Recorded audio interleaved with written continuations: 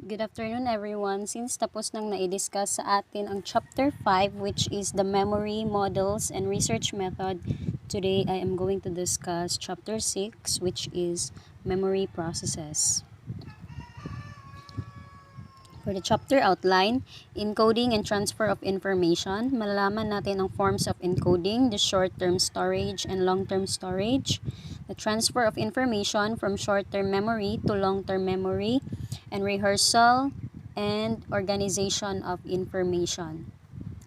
For the objectives, the learner will be able to discover on how we encode information and for storing it in the memory, determine what affects our ability to retrieve information from memory, and to discover on what we know or what we learn affects what we remember. So I have a question.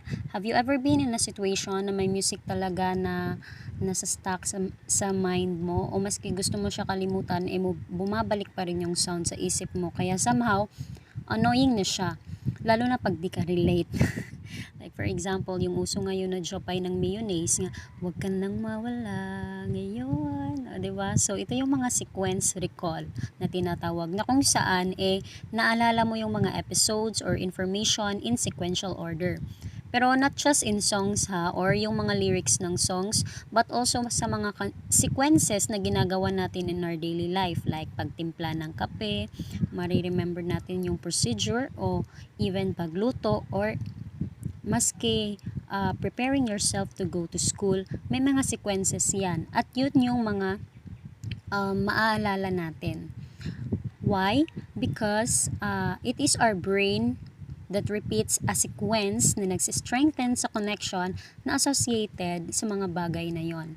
Example, balik tayo sa Jopay, no? Yung sa chorus na, dadalhin kita sa aming bahay, chu chu chu. O diba nare-reinforce ka habang paulit-ulit mo yun na naririnig. At yung part na yun, yung part ng lyrics na yun, bigla-bigla nang mag-sound sa isip mo. But, if nasawa ka na no, or ka nang balik-balik na lang siya na yan yung naririnig mo, annoying na siya. So, in order to get rid of that, pwede naman na i-introduce mo yung self mo sa other sequences. Bali, kung gusto mo na makaget over sa Jupay na kanta, maghanap ka ulit ng infectious na song, like yung kabit na song, yung sa puso mo'y nag-iisa. O diba at least ma-crowd out mo yung Jupay na pabalik-balik, yung kabit ng sagpukro naman ang makaadikan mo. At least, di ba, kung example, you are washing dishes calmly, tapos bigla lang nag-pop up yung lyrics na, kay sakit namang isipin na, sa puso mo ako'y pangalawa. O diba, at least, maka-emote-emote ka pa manghugas ng plato. And somehow, hindi naman siya annoying kasi nag-i-enjoy ka naman sa beat ng kanta. Parang ganun. So, sa chapter 6, no, which is the memory processes, malalaman ho natin kung paano mag-store at mag-recall ng information, as well as kung paano natin makalimutan yung informations na yan if we want to. Okay, are you ready? Sure. So, sa previous chapter, na-discuss itong encoding, storage, and retrieval. Basahin ko muna yung meaning nila. Encoding, it refers to how you transform a physical sensory input into a kind of representation that can be placed into memory. Ang storage, it refers to how you retain encoded information in memory. Retrieval, it refers to how you gain access to information stored in memory. Diba na-mention man ito sa chapter 5? So, ang emphasis on discussing these processes, itong encoding, storage, and retrieval, will be on recall of verbal and pictorial material. So, di ba may mga informations na nasa-store dahil chinika sa atin ng friend natin or pinakita lang sa atin. So, ito yung tinatawag na verbal and pictorial material. Pero meron din naman daw another stimuli, which is the odor. Alam niyo yung Prose effect? Yung may mga smells talaga na nakaka-trigger ng memories, no? So, odor could be one of a kind of a stimuli, especially sa mga love mo na tao or your friends, your family, or sa mga boyfriend at girlfriend nyo. Tapos, may moment na maamoy mo, di ba? Di ba pag sa tawa na yung maamoy mo yung tao, your brain will create an image wherein, for example, yung, wait. For example, nag-date mo sa imong uyab, tapos naamoy mo yung pawis niya, ma-remember mo yung moment. So, yun yung pros effect. Diba? Tapos, let's move on. So, sa itong tatlong ito, the encoding, the storage, and the retrieval, it is often viewed as sequential stages. First, magti-take in ka ng information o makikinig ka sa chika ng beshi mo na nabuntis si Inday, like that. So, second, you hold it for a while. So, mapapasok na sa isip mo na si Inday ay buntis, no? So, third is you pull it out since nakip naman ng mind mo, no, na nabuntis si Inday, at dahil hindi na yun mawala kasi nga nakastore na sa mind mo, pwede mo na siyang i-share sa iba para kumalat. Yung ganyan, good. Ang sabi naman dito na, wait.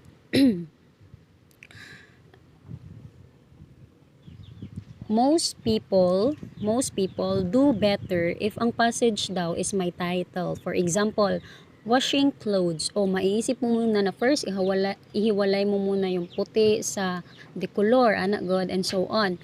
Ang washing clothes doon, yun yung title na tinatawag na verbal label. Wherein, through this verbal label, mapapadali ang pag-encode natin ng information. Tama man, no?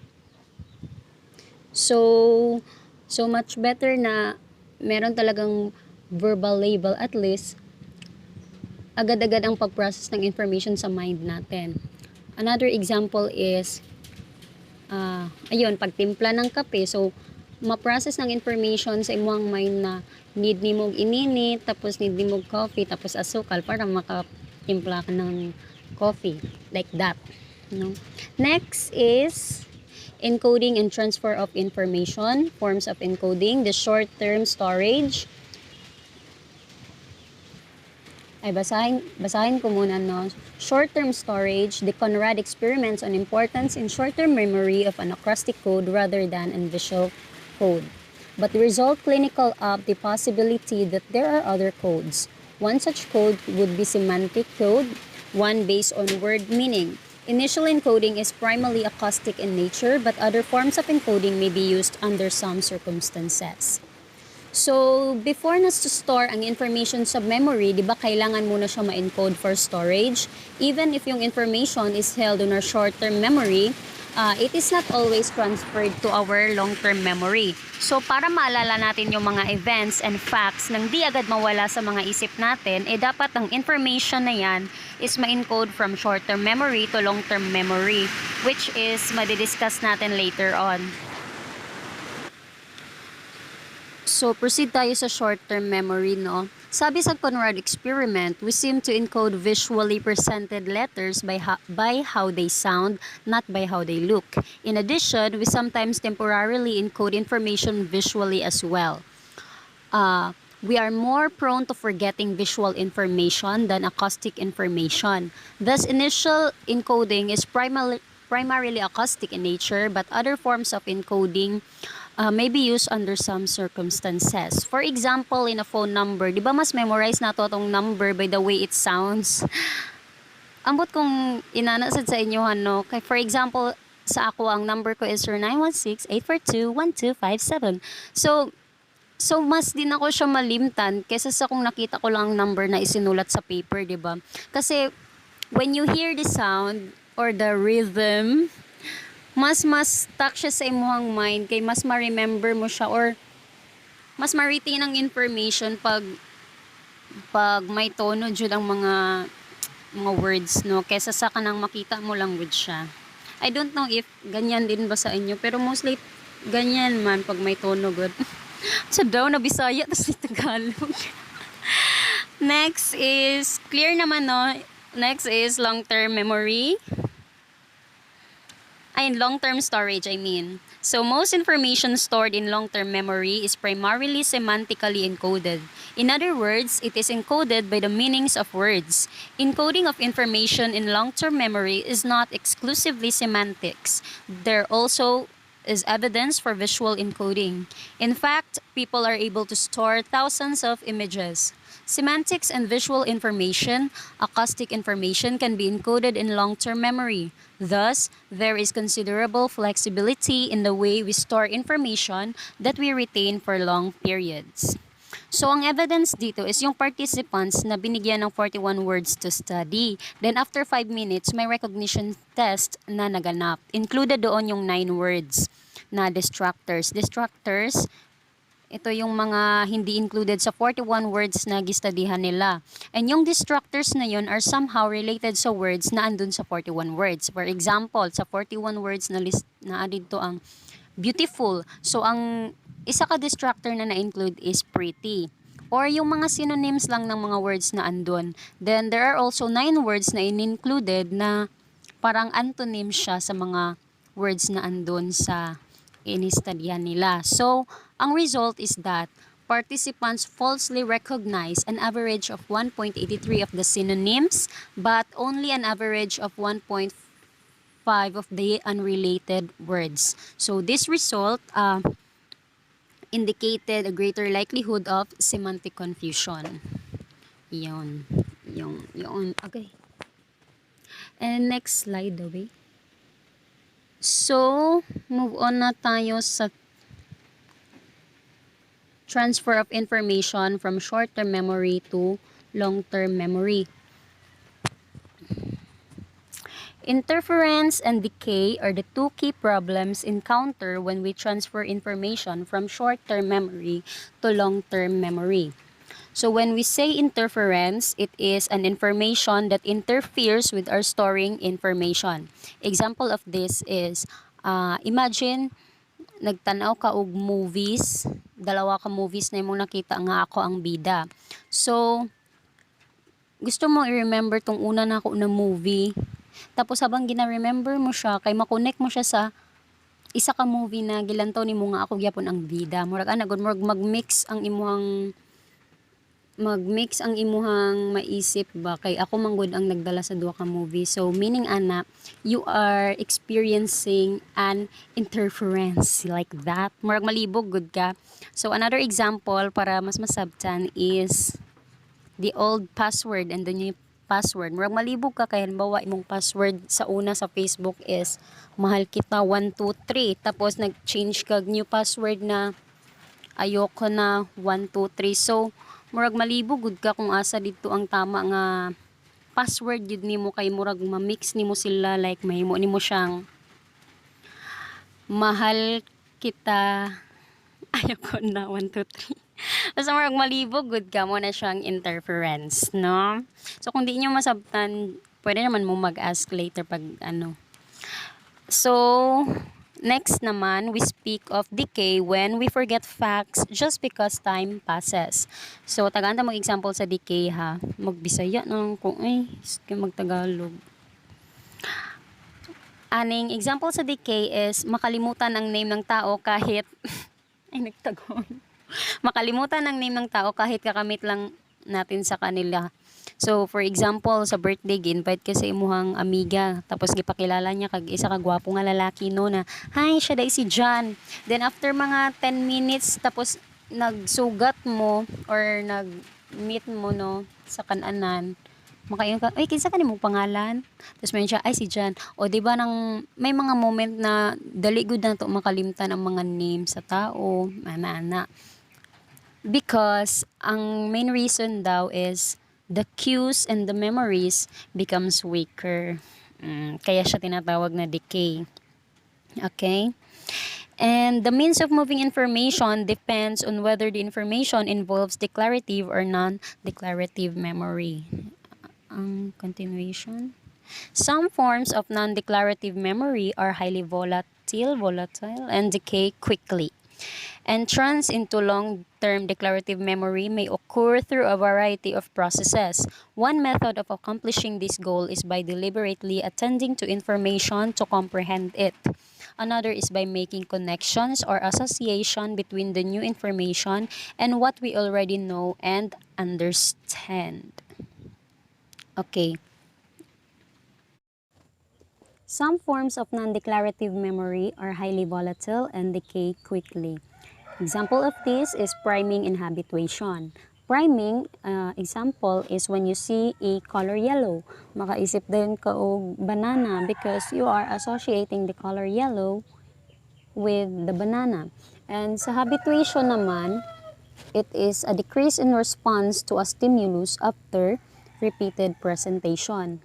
For example, new sound sa environment mo or your new ringtone, di ba sometimes makakatch siya ng attention and sometimes din nakaka-distract siya sa'yo. So, entrance into long-term declarative memory may occur through a variety of processes. One method of accomplishing this goal is by deliberately attending to information to comprehend it. Another is by making connections or association between the new information and what we already know and understand. So this is what next pala, consolidation. It is a process of integrating new information into stored information. So, when you learn about someone or something, you often integrate new information into your knowledge a long time after you have acquired that knowledge. For example, may friend ka na matagal mo na siyang kilala, no? Tapos, marami ka nang nalalaman na mga bagay tungkol sa kanya. And then, yung mga nalalearn mo before sa kanya, mo as is ragod na siya, hindi mo siya malimtan. And as time passes by, may mga surprising information ka na naman na malalaman sa kanya. For example, love niya pala ang seafood. So kato na information, ma-store na naman ulit sa mind mo. And then, it doesn't stop there. It continues to integrate new information into your knowledge base. So, hangtod sa as time passes by, good kay mas magdaghan ng information na malalaman mo tungkol sa friend mo na yan. Not just yung information na nalaman mo before or yung una pa kayong nagkakilala. Mag-anak good siya, good no? Next, stress generally impairs the memory functioning. However, stress also can help enhance the consolidation of memory through the release of hormones.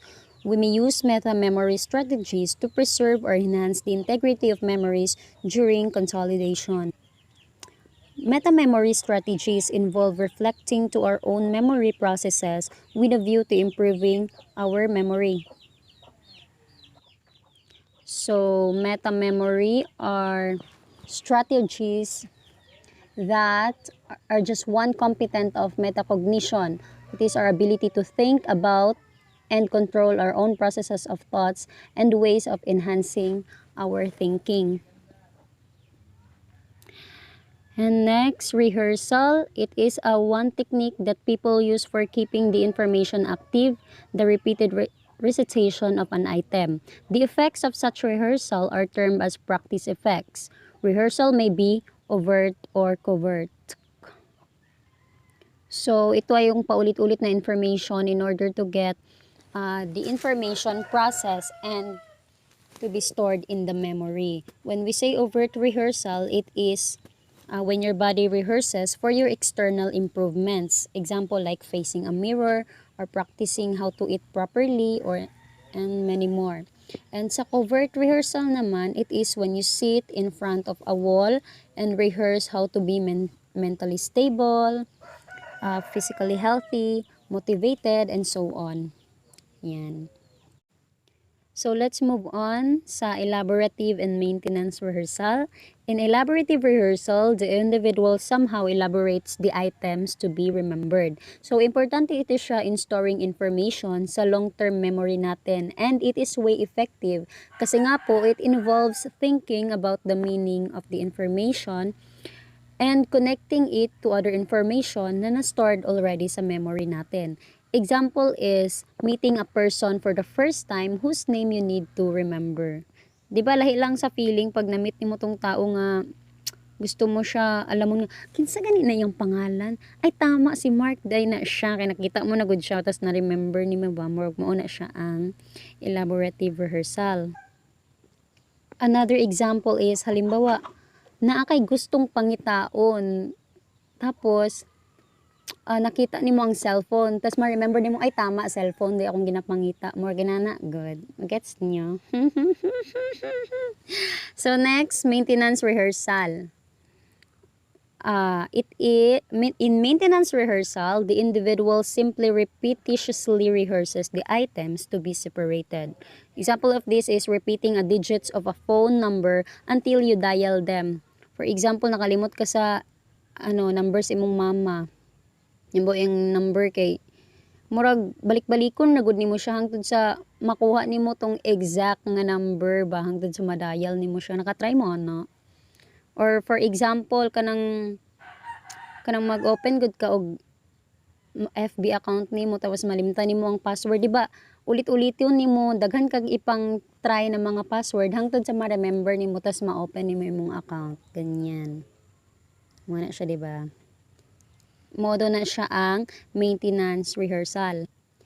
And maintenance rehearsal po daw could be mental or verbal way. Example of this is sa mga student na nag-aaral, nag-study sa mga lectures and topics, di ba ginastudihan o ginalearn na to ato ang matunan for weeks, sana all, or months. And the more nga sige tagbasa sa topics, ma-remember na to siya or ma-familiarize na to siya. Muna siya. Kaya gani repetitiously rehearses the items. Next, mag-move on na ta, dirin ta sa spacing effect. The greater the distribution of learning trials over time, the more the participants remember over long periods. To maximize the effect on long-term recall, the spacing should ideally be distributed over months rather than days or weeks. So, spacing effect is important to remember in studying. You will recall information longer on average if you distribute your learning of subject matter and you vary the context for encoding. Do not try to cram it all into a short period. So, nakoy classmate natin, no, example, ani siyang spacing effect, no, kay, ang exam is, halimbawa, June first week. So, May pa lang, first week of May, nag-study na siya. Dapat ang ginaspend niya nga time is dapat 2 to 3 weeks mag-study na daw na siya kay para ma-memorize daw niya tanan, ma-familiarize niya ang mga lectures ug mga topic namo para pag-abot sa June first week, gamay na lang yang i-review. So, effective gyud siya, guys, no, kay tag-as gyud siya grades kay sige kay tungod lagi ka nang advance gud siya og basa-basa.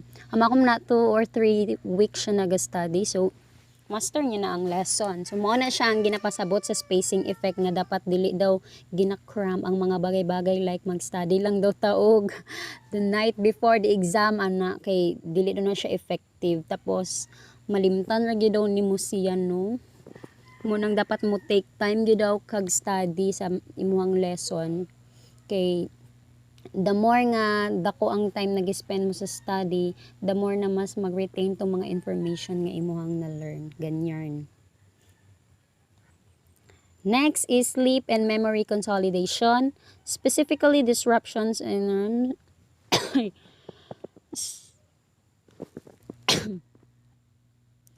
sleep patterns the night after learning reduce the amount of improvement on a visual discrimination task that occurred relative to normal sleep. People who suffer from insomnia disorder, ito ang disorder that deprives the sufferer of much needed sleep, have trouble with memory consolidation.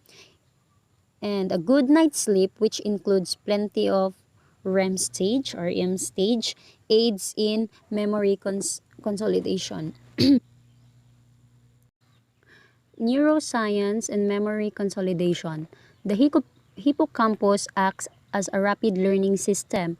It temporarily maintains new experiences until they can be appropriately assimilated into a gradual new cortical representation system of the brain. Such a complementary system is necessary for a long memory for more accurately represent the structure of the environment. The benefits of distributed practice seem to occur because we have a relatively repeated learning system in the hippocampus that becomes activated during sleep. Repeated exposure and subsequent days and repeated reactivation during subsequent periods of sleep help learning. These rapidly learned memories become integrated into our more permanent long-term memory system. So, let's move on sa organization of information. Stored memories are organized. So, nadri apat ka buok. Apat na techniques, no? In organizing a information. First, mnemonic devices. It is a technique to help you memorize lists of words. Essentially, such devices add meaning to otherwise meaningless or arbitrary lists of items. So, I guess, familiar mo aning mnemonic devices, no? Ning gamit ka ini siya inig mag-study bitaw. So, even music can be used as mnemonic device when a well-known or easy melody is used and connected with the materials that needs to be learned. Music can even serve as a retrieval cue. For example, if you want to learn vocabulary words in a foreign language for body parts, sing those words to yourself in a melody that you like and know well. Para mas di ko nimo siya malimtan og ma-recall dayon nimo siya ba. Ang iban gani naga-study sila no kay kanang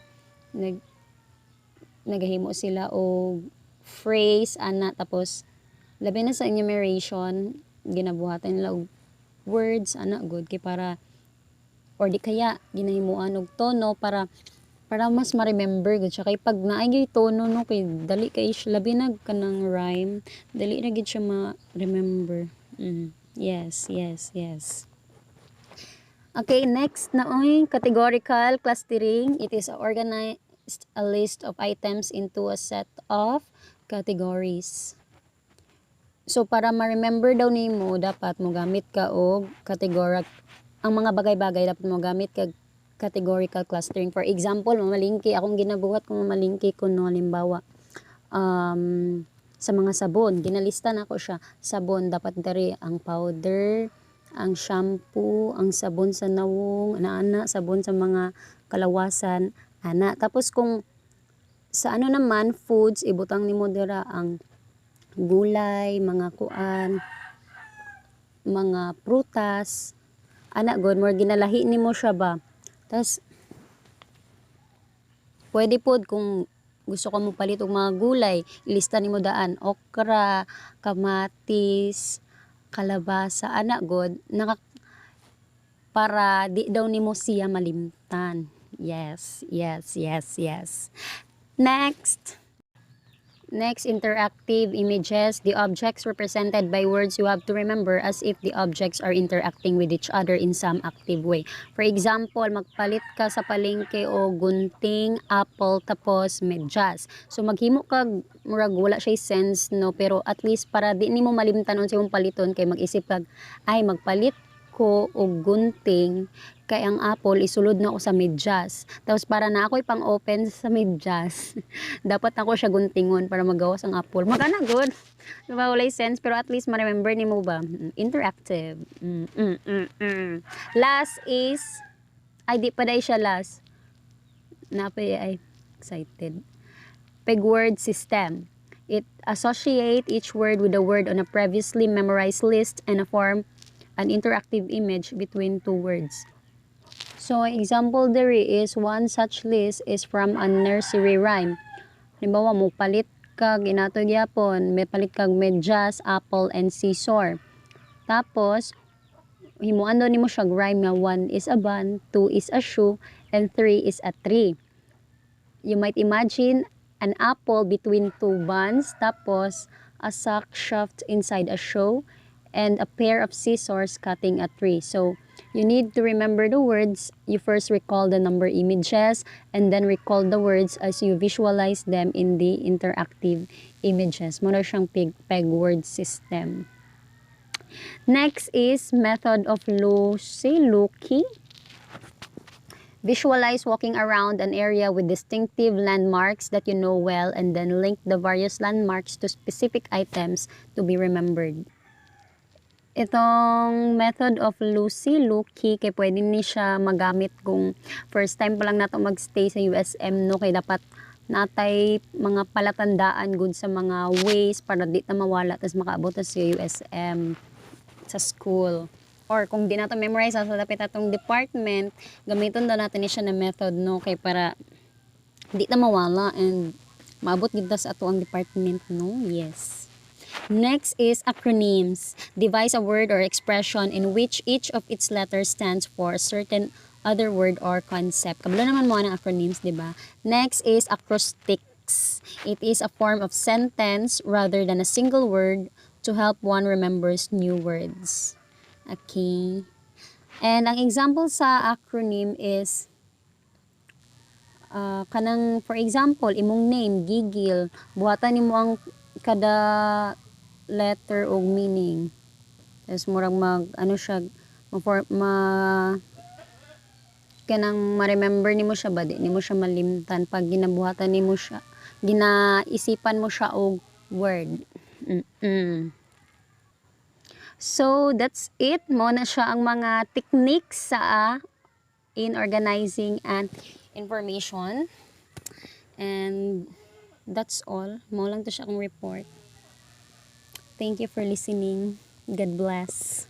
And pwede lang mong mangutana kung naamoy mga di maklaro or siguro daghan jud mo wa na klaro sa akong report, no, pero pwede lang mo ma-ask sa GC. Thank you.